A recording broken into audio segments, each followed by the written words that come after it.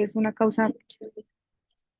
es una causa común por lo cual los pacientes llegan a urgencias, ¿cierto? Y es como la manifestación inicial de enfermedades sistémicas graves. Y pues a veces no sabemos cómo distinguir entre una debilidad real y una fatiga proporcionada pues por el paciente. Y lo otro pues es que sí vemos que impacta la calidad de vida al tener un diagnóstico y un tratamiento oportuno y pues lo vamos a hacer como desde la mirada, pues desde no neurología, sino más como el de medicina interna, o sea, como el enfoque que nosotros vamos a hacer. Entonces, si quieres, dale, yo empiezo. Listo, doctora, muchas gracias. Bueno, entonces buenas noches a todos. Pues vamos a empezar. Esto es como un poco de la tabla de contenido que usamos. Vamos a dar varias definiciones, unas clasificaciones para empezar el abordaje sindromático y pues al final vamos a llevar como unos mensajes para casa. Entonces, bueno, a modo de introducción, nace acá la importancia de estudiar el síndrome de debilidad debido a que ocurre pues ya casi que en el 5% de los adultos mayores de 60 años y últimamente alcanza hasta un 10% del motivo de consulta en urgencias. También es muy importante diferenciarlo debido a que hay varios motivos de consulta que se asemejan al síndrome de debilidad sin padecerlo y por eso vamos a ver unas definiciones a continuación. Entonces debe ser un diferencial entre lo que es fatiga subjetiva, dolor muscular, con fuerza preservada, entre otros pues diagnósticos. Y el enfoque como que escogimos es un enfoque sindromático para que pues vayamos viendo que se requiere todo un examen físico y unas pruebas complementarias que van a ayudar al final a un diagnóstico en el momento pues digamos que agudo, crónico o pues entre otros tiempos. Esta tabla sobre todo la traje a colación debido a que hay causas de debilidad aguda que atentan contra la vida del paciente y de ahí como la importancia de estudiarlo.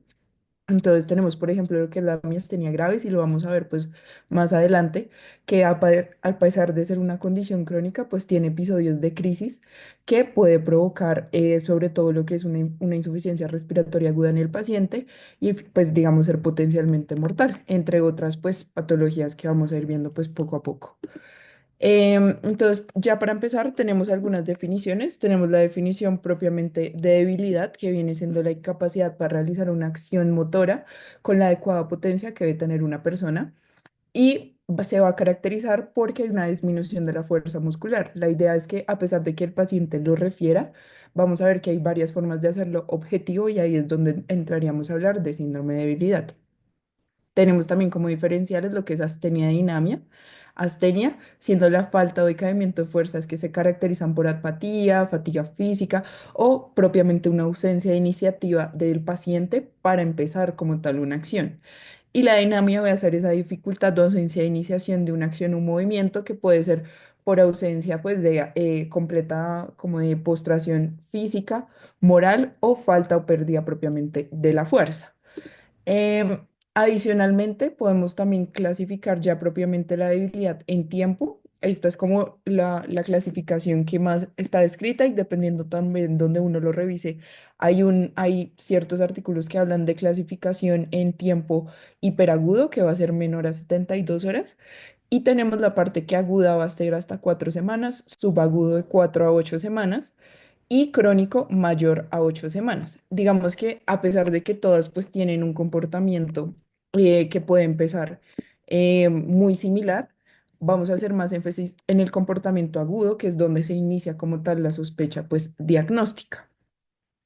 Aparte de clasificar en tiempo como la debilidad, tenemos que evaluar el patrón de distribución. Hay tres patrones inicialmente, que tenemos la debilidad proximal. Como pueden referirlo esos pacientes, son pacientes que van a manifestar dificultad para levantarse de la silla, levantarse de la cama, pacientes que les va a dificultar subir escaleras de un momento a otro, que van a tener dificultad para subir o bajar del transporte em, todos los días, pacientes que antes podían alcanzar, digamos que objetos de repisas o que, digamos, podían cepillarse el pelo sin ningún problema, el cepillarse los dientes, y de un momento a otro comienzan a tener debilidad para esto.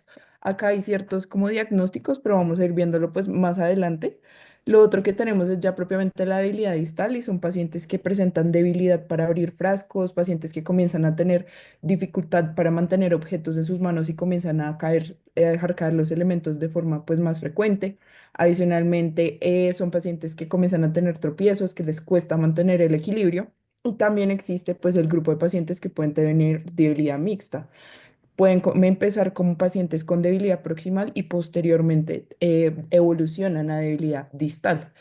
Y como pues ustedes pueden ir viendo, cada una tiene como desde este momento que estamos viendo la temporalidad y el patrón de debilidad, uno ya puede ir pensando en qué probable diagnóstico o múltiples diagnósticos diferenciales podría tener el paciente. Adicionalmente, como en la mayoría de enfermedades, siempre hay que evaluar a la revisión por sistemas qué más puede tener el paciente aparte de debilidad. Entonces tenemos todo lo que es síntomas sensoriales, alucinaciones, tinnitus, cambios comportamentales como agitación psicomotora o pacientes que tienen alteración del estado de conciencia, sensibilidad a la luz o alodinia. Lo otro que pueden tener es la parte gastrointestinal, sobre todo cuando estamos pensando en el momento de las neuropatías, pacientes que puedan tener disfagia, dificultad al momento, digamos que tengan mucha distensión abdominal por aumento del tiempo de vaciamiento gástrico, alteraciones visuales, pérdida de visión, diplopía, visión borrosa. Y adicionalmente también hay un componente inflamatorio pues muy importante como diagnóstico diferencial y son aquellos pacientes que puedan, digamos, tener una sospecha de un diagnóstico de una miopatía inflamatoria, como vamos a ver más adelante, y puedan tener artralgias, rash cutáneos y fenómenos de Raynaud. Y muchas veces la debilidad se puede manifestar, aparte de ser objetiva la debilidad, como acompañarse de un rash cutáneo o una manifestación cutánea propiamente. Entonces es muy importante comenzar a abordar eso desde primera instancia. Entonces, teniendo en cuenta eso, el enfoque sindromático que hicimos propiamente es basado en la localización de la probable lesión que tenga el paciente o la localización donde haya una afección, empezando tal vez como el primer mensaje va a ser siempre pensar tal vez en lo más grave y lo que pueda, digamos, amenazar la vida del paciente en el momento agudo en urgencias, por ejemplo, en motoneurona superior, que vendría siendo todo la parte de corteza superior, que ya lo vamos a abundar, pero sobre todo nace como la idea de siempre descartar un accidente cerebrovascular, una IT, o por ejemplo unas lesiones ocupantes de espacio, como en un paciente inmunosuprimido, que ya vamos a ver ciertos ejemplos. La otra parte viene siendo la motoneurona inferior, que vendría siendo todo el componente de mielopatía compresiva, mielopatías inflamatorias por diversas causas. Ya en cuanto a nervio periférico, tenemos síndrome Guillain-Barré, neuropatía por diabetes mellitus, síndrome túnel del carpo, las porfirias o algunos tipos de vasculitis. Propiamente en unión neuromuscular tenemos la miastenia gravis y las intoxicaciones por diferentes sustancias. Y ya propiamente en músculo vamos a hablar principalmente de lo que es miopatías inflamatorias, algunos electrolitos y algunos eventos como son la rabdomiólisis que pueden afectar propiamente el músculo. Este algoritmo básicamente es un resumen antes de empezar propiamente, en donde tenemos la forma en la que vamos a abordar, que es la debilidad aguda no traumática que llega a servirse de urgencias y como lo acabamos de ver, la idea es encontrar principalmente o hacerse una idea de dónde está la localización de la lesión propiamente para comenzar a abordar en el examen físico que podría buscar. Una vez se logra hacer un buen examen neurológico, un examen físico exhaustivo, podamos pensar si es una debilidad global donde podamos ver diferentes causas como las que acabamos de ver en enfoque sindromático o si propiamente ya me está hablando de un síndrome de motoneurona superior o inferior. Y aquí vendríamos pues ya a lo que vamos a hablar inicialmente. Entonces, en cuanto a los síndromes de motoneurona superior e inferior, tenemos principalmente que el síndrome pues, de motoneurona superior va a producirse principalmente o la alteración va a estar o en la corteza cerebral, en el tronco o en los tractos córtico-espinales, hasta llegar al asta anterior de la médula espinal, que pues ya va a empezar como la alteración propiamente de la motoneurona inferior, va a ir por las raíces nerviosas y los nervios periféricos. Entonces, teniendo en cuenta eso, pues uno ya se puede ir haciendo una idea de lo que podría encontrar. Inicialmente tenemos todo lo de motoneurona superior, que para hablar pues ya de cuánto la sintomatología que uno podría encontrar en un paciente o los signos al examen físico, vendría siendo todo lo que está aumentado a diferencia del motoneurona inferior. Entonces son pacientes que se pueden presentar con espasticidad, hiperreflexia, con reflejos patológicos como es el Babinski, pacientes que pueden tener disartria o pobre coordinación al momento de la evaluación, clonus. eh, a diferencia de, pues como ya lo vamos a ver en la motoneurona inferior. Entonces, básicamente acá, pues es como dos ejemplos que tenemos, como el Babinski, cómo se vería en un adulto, y la hiperreflexia, pues rotuliana en el adulto, que como un ejemplo para entenderlo. Aquí digamos que esta tabla me pareció muy buena teniendo en cuenta que no solamente habla de los signos que les acabo de dar, sino también habla un poco del compromiso sensitivo y el patrón de debilidad que uno puede tener según la localización de la motoneurona superior, el lugar donde esté afectando propiamente. Entonces tenemos lo que es corteza cerebral y tronco encefálico, son pacientes que usualmente tienen una debilidad distal que posteriormente progresa proximal, principalmente en todos los músculos extensores, posteriormente los flexores, y pueden acompañarse de hemiparesia o parestesias, que de ahí pues digamos que nace como la importancia de descartar causas agudas pues que corra riesgo pues el paciente.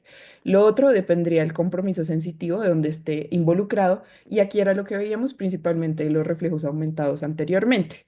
Lo mismo casi que ocurre cuando el compromiso es en médula espinal, y aquí ya vendríamos a hablar de la parte motoneurona inferior, o usualmente cuando hay un compromiso mixto. Entonces tenemos que ya cuando llega aquí a la asta anterior, la debilidad va a ser más proximal, posteriormente distal, y las fasciculaciones van a ser más prominentes, que las fasciculaciones va a ser tal vez el único como hallazgo que estaría como aumentado al examen físico en los pacientes con motoneurona inferior.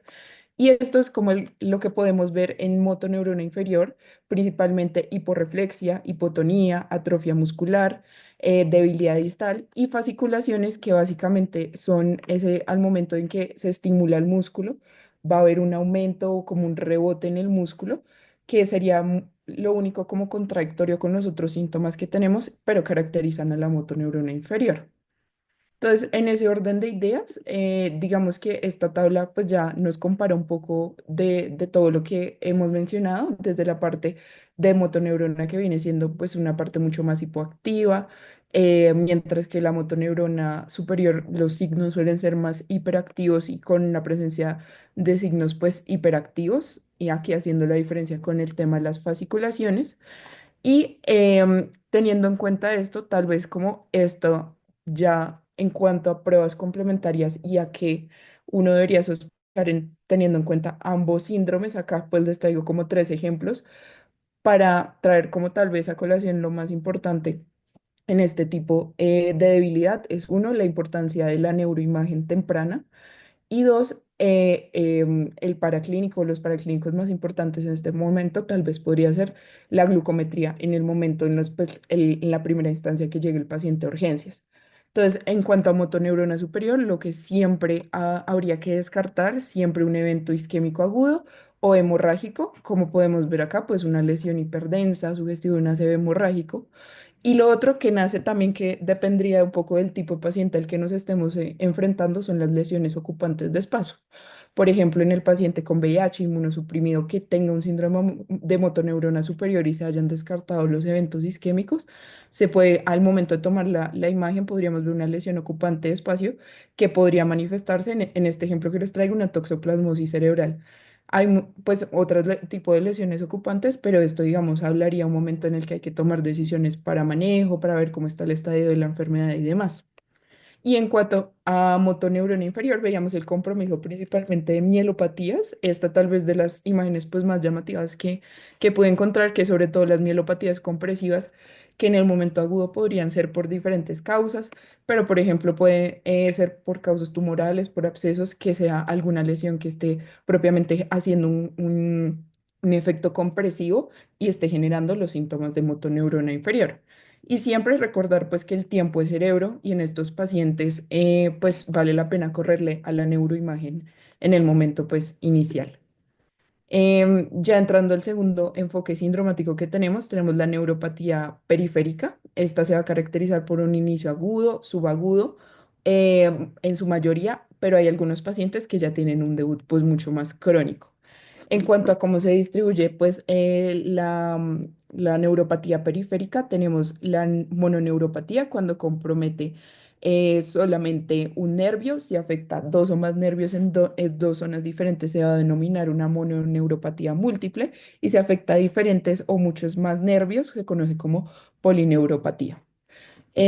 Usualmente los pacientes, además de la debilidad, pueden manifestar con alteraciones de la marcha, con pérdidas del equilibrio, parálisis, disautonomías, que puede ser hasta en el 60% de los pacientes, y la parte gastrointestinal, que se manifiesta por disfagia principalmente. Para esta parte de neuropatía, el ejemplo que les traemos principalmente de enfermedad es el síndrome de Guillain-Barré. ¿Por qué? Principalmente porque es la causa más frecuente de parálisis flácida. Adicionalmente, tiene una alta tasa de insuficiencia respiratoria aguda.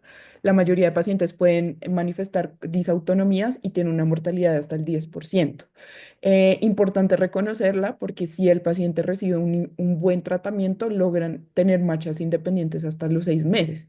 Mientras que si el manejo se demora o el diagnóstico es muy tardío, los pacientes ya tienen complicaciones, pues que pueden ser hasta irreversibles. La debilidad en estos pacientes se va a caracterizar por ser simétrica, usualmente inicia en miembros inferiores y es una debilidad ascendente, suelen tener compromiso sensitivo.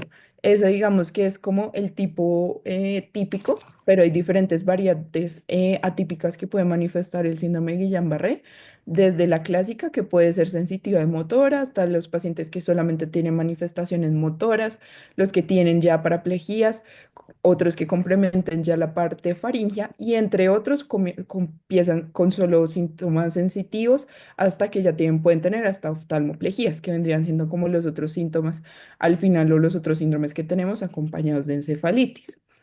Importante adicionalmente del síndrome de Guillain-Barré, que a diferencia como lo veíamos en los síndromes anteriores, el Guillain-Barré casi que es un diagnóstico clínico y el uso de neuroimágenes en este momento va a ser realmente para el abordaje de los diagnósticos diferenciales.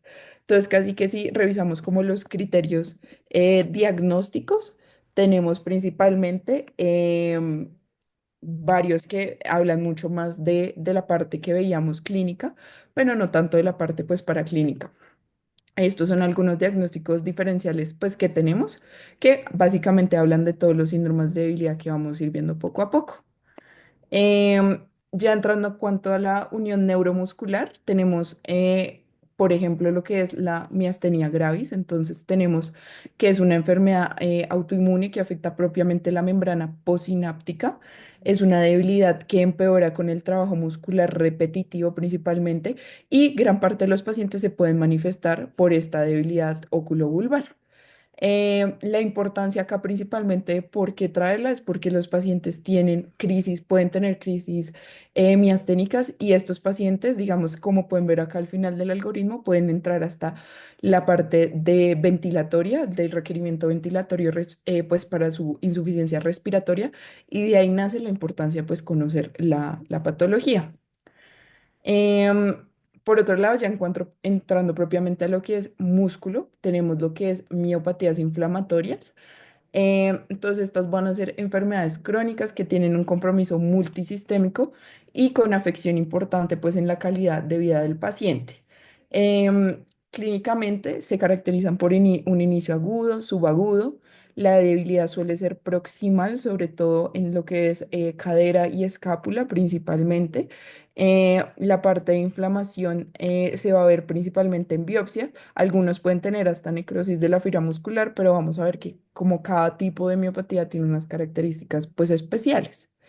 En cuanto pues a etiologías, tenemos principalmente varias, desde la autoinmunio generalizada, tenemos las focalizadas de la parte infecciosa.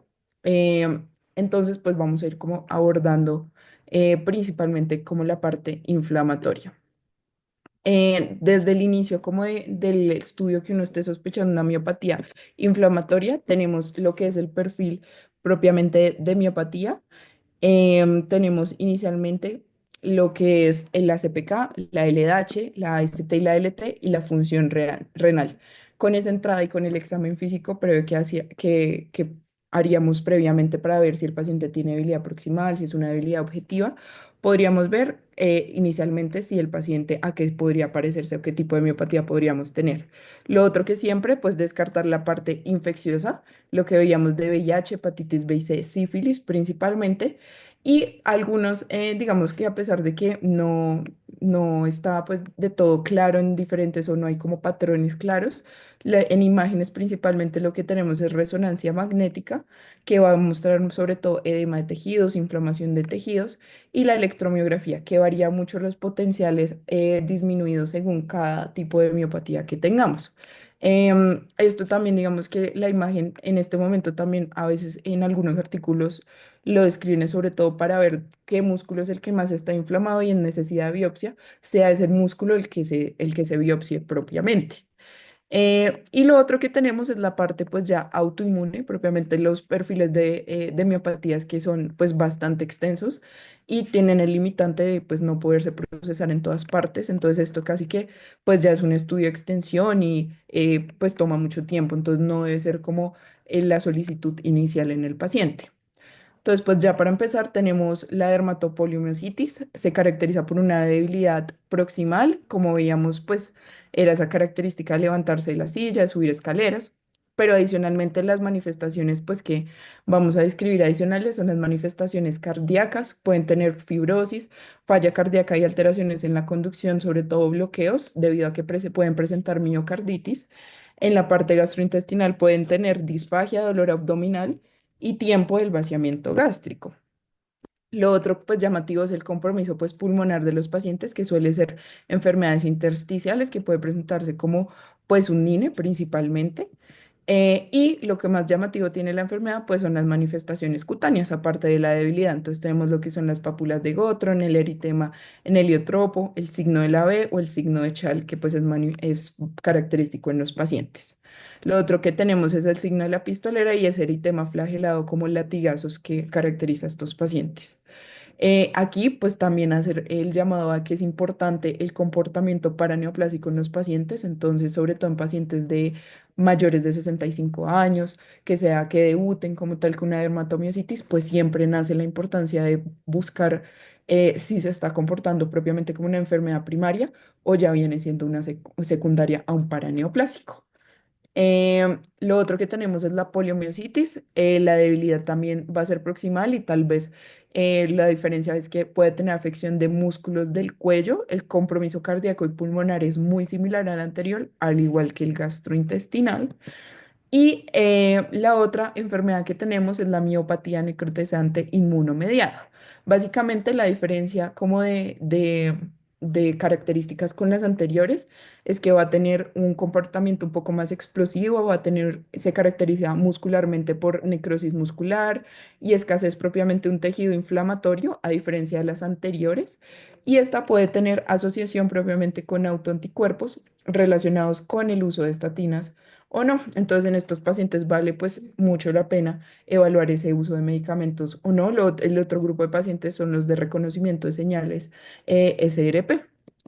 Estos algunas como de los hallazgos en biopsia que les mencionan que eran un poco diferentes a los anteriores, que tienen esas fibras como necróticas, muy diferente a lo anterior, que las anteriores sí tienen un compromiso inflamatorio mucho más llamativo. Y ya por último tenemos lo que es la miositis por cuerpos de inclusión. Usualmente afecta a personas mayores, principalmente hombres. Va a tener un inicio mucho más insidioso que las otras miopatías inflamatorias y esta propiamente no tiene una asociación con síndromes paraneoplásicos a diferencia de las anteriores. A diferencia de las otras miopatías, el compromiso suele ser más distal y en extremidades superiores suele ser asimétrica. Estos son como algunos signos predictores que podrían tener, que pues básicamente es lo que les acabo de decir, y el tema pues de la disfagia asociada a neuropatía pues periférica. Y en biopsia básicamente lo que vamos a ver es propiamente el compromiso inflamatorio, endomicial y fibras musculares con vacuolas, inclusiones con borde, que pues da característica propiamente de la enfermedad. Ya siguiendo con otras causas, pues de síndrome de debilidad, tenemos la parte del sistema de endocrinológico, digamos que puede ser diverso y casi que todas las enfermedades endocrinológicas uno podría encontrar que tienen manifestaciones pues musculares, desde la parte adrenal, como el síndrome de Addison, que tiene una eh, debilidad generalizada, hasta el hipertiroidismo que puede ser proximal, entre otras, digamos que podríamos ir viendo y casi que pues está asociada con todas. Esto es casi que lo mismo y ya vamos a abordar un poco más de la parte de electrolitos que tenemos desde la asociación del potasio hasta lo que más conocemos como hipocalcemia, hipofosfatemia. El potasio, principalmente la manifestación que se va a asociar a debilidad va a ser la hipocalemia, causas, uso de diuréticos, ácido estubular, hiperaldosteronismo, entre otros. Y principalmente acá ya propiamente hacia una debilidad mucho más específica y donde más tenemos signos o más semiología viene siendo la parte de la hipocalcemia, que tenemos el signo de Trousseau y el signo de Chauvet, que básicamente tenemos aquí pues la estimulación propiamente submandibular que provoca la fasciculación o propiamente la parte superior y el signo de Trousseau, que básicamente es cuando ya se hace con el manubrio propiamente del tensiómetro y vamos a ver que el paciente tiene una reacción como involuntaria en forma de pinzamiento y está asociado propiamente con la parte de hipocalcemia. Hay causas genéticas, pero estas realmente pues las vamos a pasar muy rápido porque son usualmente las causas que empiezan en la infancia o la adolescencia y muy raro que se presenten en la adultez, pero podemos tener desde distrofias musculares, enfermedades de Becker, entre otras, pero usualmente esta suele ser un comportamiento mucho más pediátrico que en adultos. Eh, Tal vez lo que sí es más importante como mencionar es la parte medicamentosa, porque pues no todo propiamente puede ser una enfermedad primaria, sino hay medicamentos que pueden generarle como reacción adversa al paciente un síndrome de debilidad.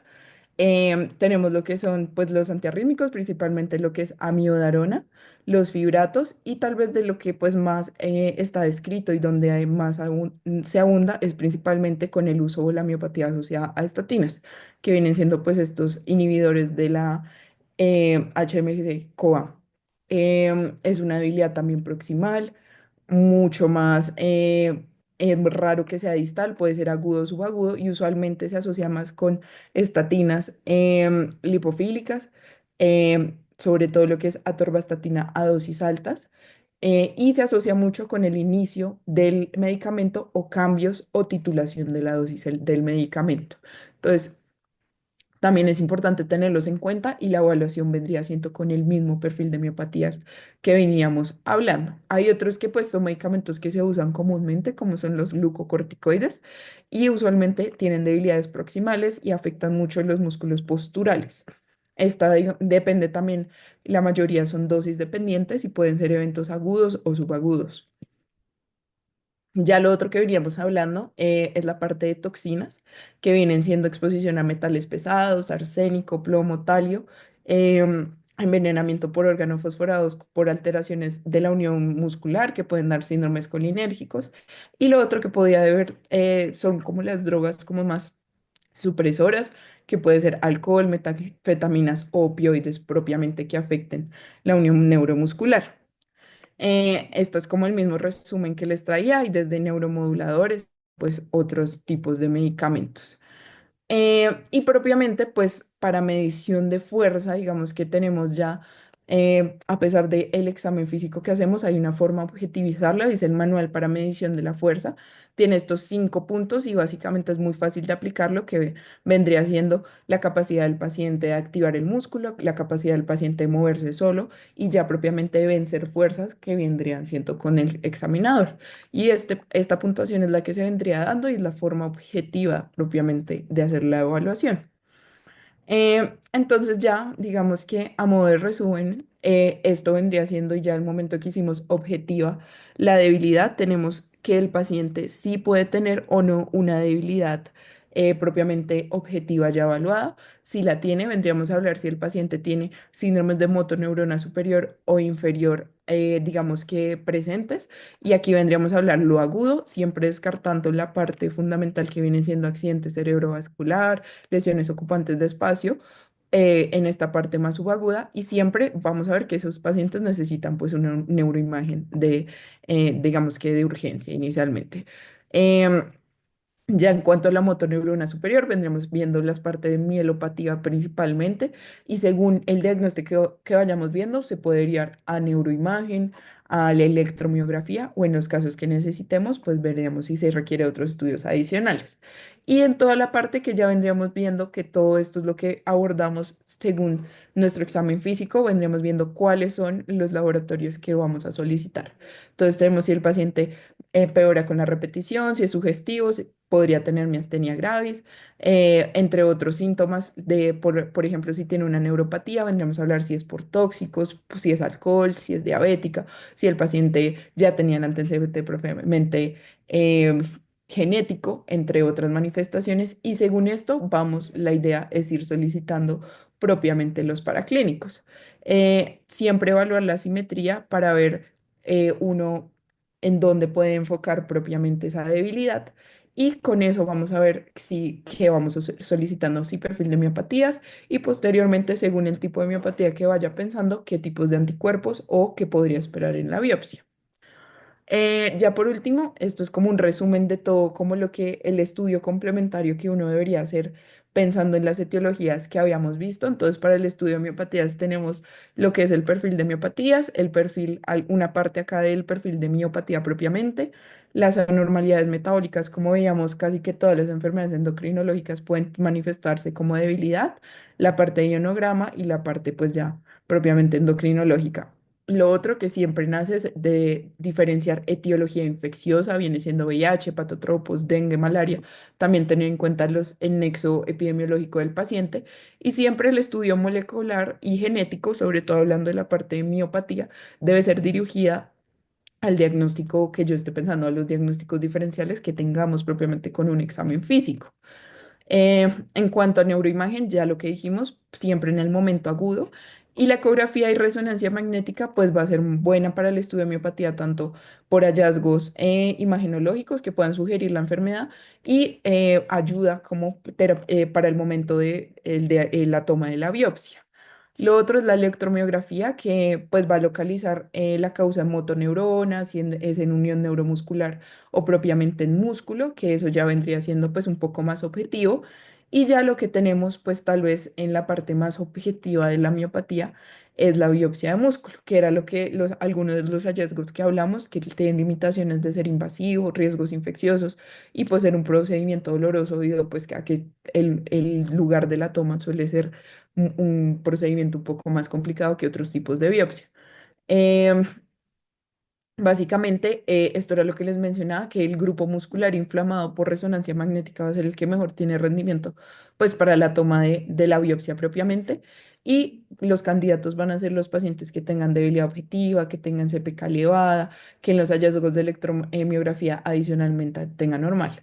Entonces, la conclusión de todos estos estudios complementarios es con todo lo que vimos semiológicamente, uno debería seleccionar qué estudio complementario es el mejor para el paciente al que pues me enfrenté.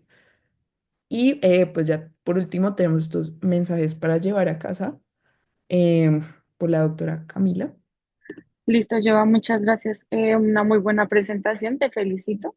Entonces, pues con esto queríamos como resumir varias cosas. Lo primero es que la debilidad no es un síntoma, perdón, es un síntoma y no un diagnóstico en sí mismo. Entonces, siempre tenemos que intentar buscar la causa subyacente y hacer una buena anamnesis y un examen físico para poder determinar si realmente nuestro paciente está con un síndrome de debilidad o simplemente el paciente manifiesta fatiga, astenia, anemia, como pues lo explicaron, una historia clínica detallada, porque, por ejemplo, hay pacientes con antecedentes de exposición a organofosforados o que han cambiado la dosis de estatina o han cambiado la casa farmacéutica de la estatina. Y eso es como muy importante preguntar, o aquellos que dicen como de verdad en el transcurso de la tarde yo ya no me puedo ni siquiera peinar, subirme la cremallera, no puedo subir las escaleras. Son pacientes que de verdad están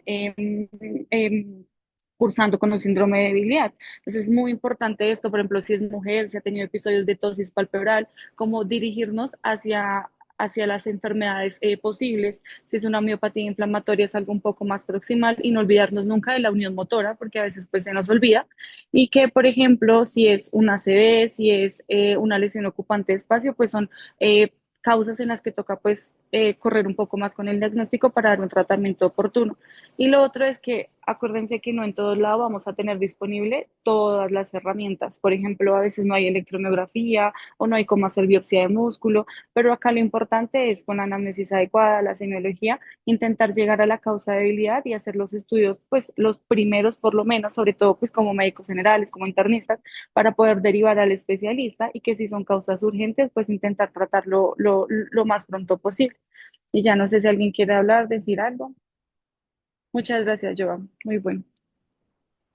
Gracias a ti, doctora.